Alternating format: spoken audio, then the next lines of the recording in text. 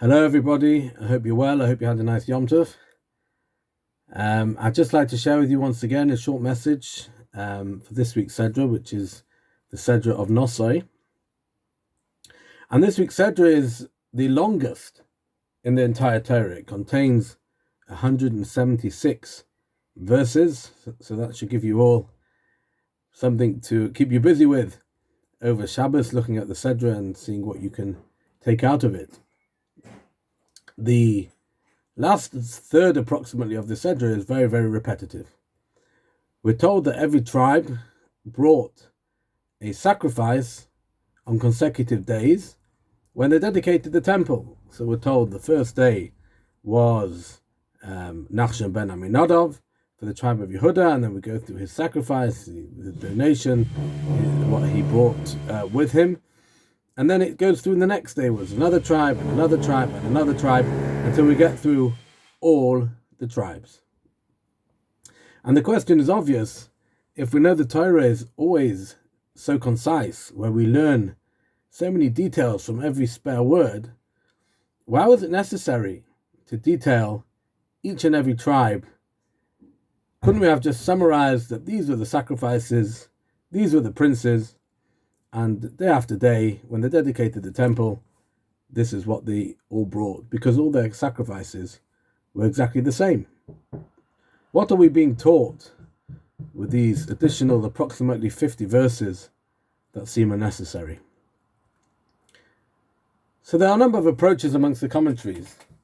One famous approach is to remind us how each and every one is important. It wasn't just, we don't just group people together, but every tribe and every prince of each tribe is given his due, his covet, his honor, and his importance. And that teaches us how much we need to give honor to every single person. But there's another idea here, which I think is very pertinent to the times we live in. It's often difficult to do those things, to do those mitzvahs that have to be repeated day in and day out. The mitzvahs that come around once a year, we can get excited for. We look forward to the hearing of the shofar, to the reading of the Megillah, to going in the sukkah.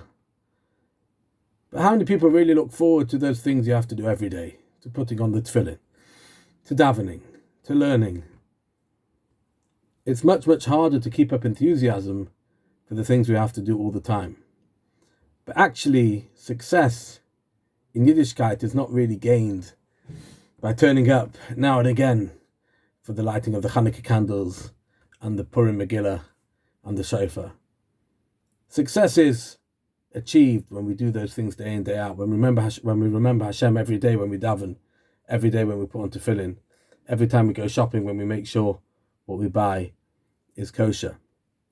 And the message is that every day the same thing was done, but it was done with that same love and enthusiasm as it had been done the day before. The princes of the tribes didn't say, well, this has already been done for the last week, I'll just get it over and done with. But they brought it with enthusiasm. This was their opportunity to come and serve in the temple.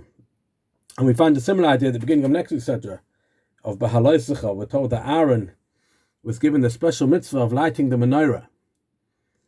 And we're told that Vayas Kain Aaron did as he was commanded, which seems unnecessary. Of course, Aaron did as he was commanded.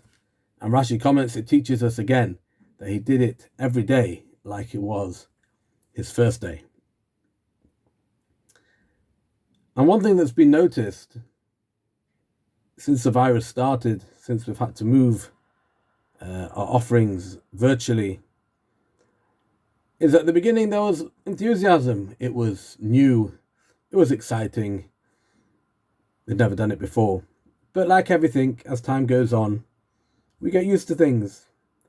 And it's been noted around, and I've even seen it with the numbers coming to our daily minyan and our Kabbalah Shabbos service on a Friday night, that it's just gone back to being for the stalwarts, for the regulars, largely for people, mostly for people who are interested in coming to shul already. But the novelty factor is what wears off. And I'd like to encourage you to re-engage, to realize that novelty is nice, but success comes from doing things regularly, day in, day out, doing things in a way that it becomes part of our life, it becomes part of who we are. And in doing so, we grow in our spirituality and become closer to Hashem. I wish you all Shabbat Shalom, a good Shabbos.